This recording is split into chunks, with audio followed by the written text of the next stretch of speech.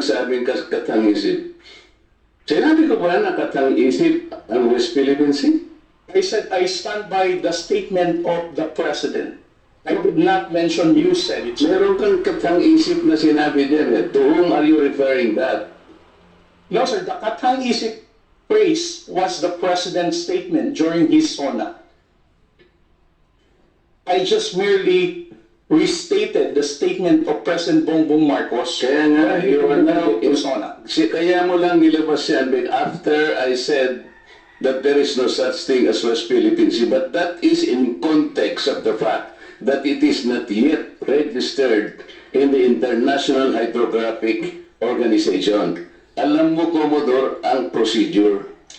Tama. Mr. Chair? No, you have to answer, Mr. Chair. Alam mo yung procedure kung paano maitatala, kung paano natin papangalanan.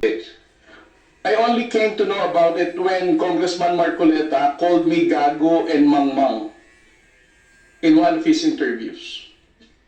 So when was that?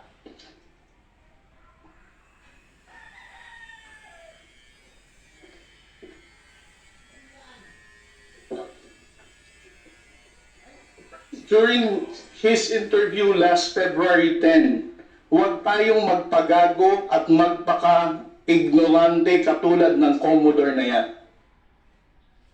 So, at that point in time, ang tinatanong kanina ni Honorable Marcoleta na merong misinterpretation dun sa iyong statement sa social media. Yes, sir. And you did not bother na i-correct man lang yun. Yun ang dinadrive ni Honorable Marcoleta kanina pa. Yes, sir. So, please answer that question.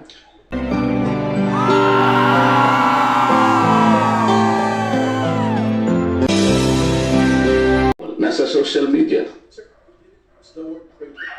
Mr. Chair, with your permission. Butit inulit mo, Commodore. Bago ka sumagot doon sa tanong ni Juan, patapusin mo muna yung legislator and then you wait until you are recognized by the chair, okay? Yes, sir. Thank you. Thanks, sir. Please proceed. You said that you did not say that I am a traitor, but it is in the social media. Did you take an effort to clarify that so that you would not mislead people because they might believe that you have said that? It is only now that you are disowning this statement. Mr. Chair. Mr. Chair. Yes, sir. To the Honorable Marcoleta, sir. Let's put it on record. I did not use the word traitor in describing your statement that the West Philippine Sea ay katang-isip lamang po. Let me read my post on X. I stand by the statement of President Bongbong Marcos when he said ang West Philippine Sea ay hindi katang-isip natin lamang. Ito ay atin, ito ay mananatiling atin hanggang nag-aalab ang diwa ng ating minamahal na bansang Pilipinas. Hearing someone claim that the West Philippine Sea is merely a fabrication of the Philippine government is a disservice and an embarrassment to their entire party, the organization he belonged to, and even their own family. How can the one face the younger generations today and tell them that our exclusive economic zone to the west of our archipelago is non-existent, effectively giving up the fight to assert their rights as Filipinos in the West Philippine Sea? Mr. Chair, sinabi ko ba na katang-isip pang West Philippine Sea? I cannot recall, Mr. Chair. Hindi, kasi ang salita mo dyan, merong nagsabing katang-isip. Sinabi ko ba na katang-isip ang West Philippine Sea?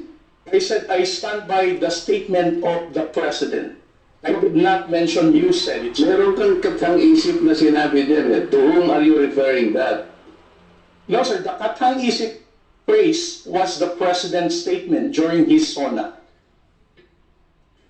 I just merely restated the statement statement of President Bongbong Marcos. Kaya nga, Where he you are now, persona. kaya mo lang nilabas yan after I said that there is no such thing as West Philippine Sea, but that is in context of the fact that it is not yet registered in the International Hydrographic Organization. Alam mo, Commodore, ang procedure. Tama.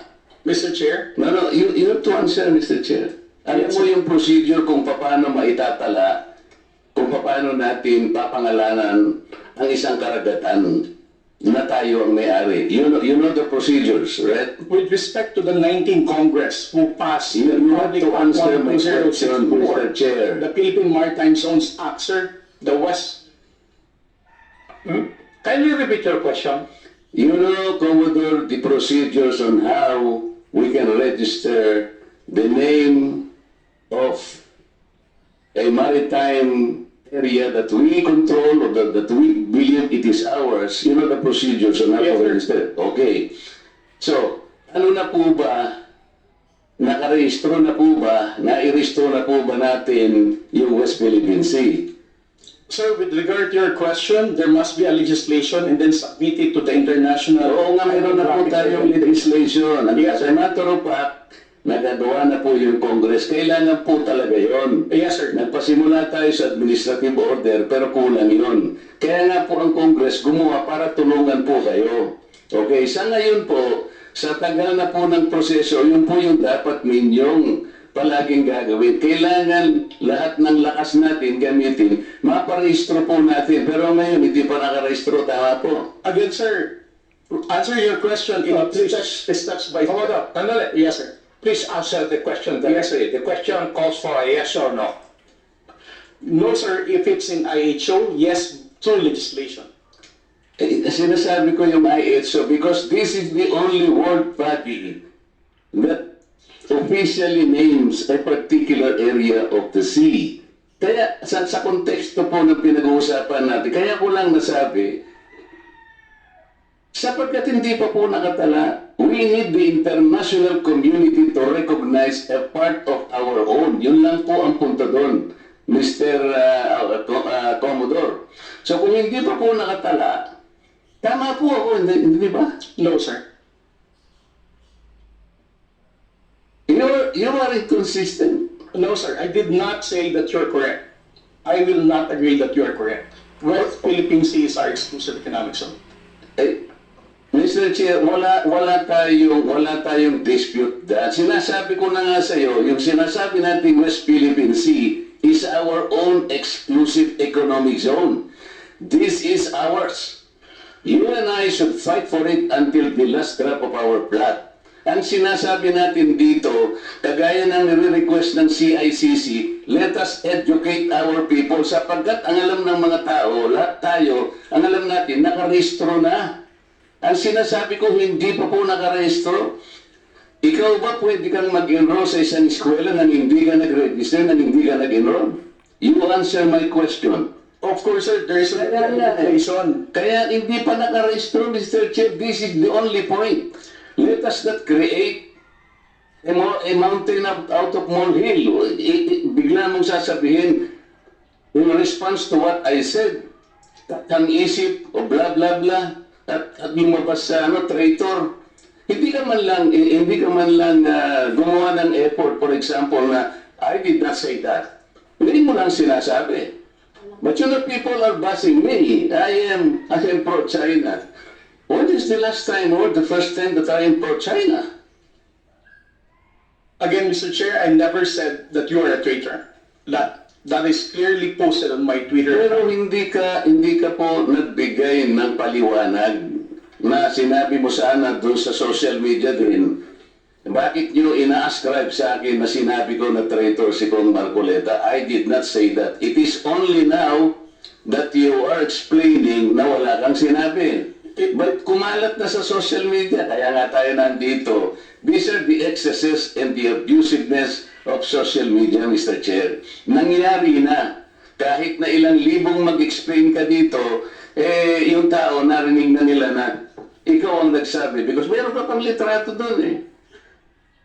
Mr. Chair, No. nobody has ever asked me whether you are a traitor. This was only the first time that I was asked whether you are a traitor or not. You are not even aware na sa social media sumabog yun. Nandun yung litrato mo and they claim that I am a traitor. Ngayon ka lang nagpapaliwanag na I am not a traitor. Pero nangyari na yon. Mr. Chair, I don't think that I'm under in any obligation to respond to all those social Okay, media Mr. posts, Chair, bloggers, now, the influencers that are Mr. Chair, Siya muna. sabi niya wala siyang obligation. Finish your statement. Yes, sir. Mr. Chair, Honorable Marcoleta, sir, I think I'm no under obligation to tell all the social media influencers, to bloggers, defend your name, tell them that you are not a traitor. Again, I did not mention that you are a traitor. Those words did not come from me. Why would I go to the extent of defending you and you're running for Senate? I might as well be interpreted as running for supporting somebody for public office. Mr. Chair, clarifying something that is wrong is not political. Please. Thank you, sir. Commodore, ang tinatanong lang ni Honorable Marcoleta that merong lumabas kang statement. Siguro, binigyan ng interpretation ng ibang bloggers at nasabi na traitor si Honorable Marcoleta. Ang tinatanong niya is, una-una, alam mo ba ito na gano'n na nangyari? Will you know? No, sir, because when it became a social media popular post, I was not here in the country. I was actually in the official business outside. So when did you come to know about it? I only came to know about it when Congressman Marcoleta called me Gago and Mangmang in one of his interviews. So when was that?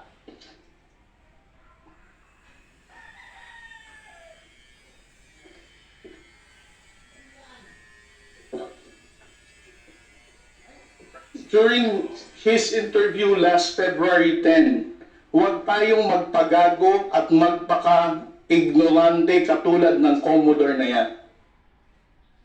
So, at that point in time, ang tinatanong kanina ni Honorable Marcoleta na merong misinterpretation dun sa iyong statement sa social media. Yes, sir. And you did not bother na i-correct man lang yun. Yun ang dinadrive ni Honorable Marcoleta kanina pa. Yes, sir. So, please answer that question.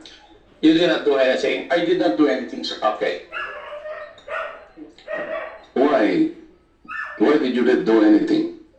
It's because, sir, if I'm going to keep on defending because one... No. Yeah. You are not supposed to defend me. Yes, sir. Because Because as I it said, is true, Mr. Chair, that he did not call me traitor, but it continues to be there and to be consumed by the public through the social media. I think it is his responsibility to deny it if it did not come from him. That is all I was asking. And I think this is not too big for him to do. Yun naman eh. But he admitted that he did not do anything. Yun na nga, that's why I'm asking why, is it not important to you to correct something that did not originate from you? it's because, Mr. Chair, the only time I learned about that was when I heard about your interview calling me Gago and Mangmang. Why would I even defend you if you're calling me Gago? As a commissioned officer of the Philippine Coast Guard, being a spokesperson, calling me Mangmang, not knowing what I'm saying. But actually, if you read that context, How was I the defending act Gago? of doing it is the one that is gago. Di ba? Yung ganon, not necessarily the person eh.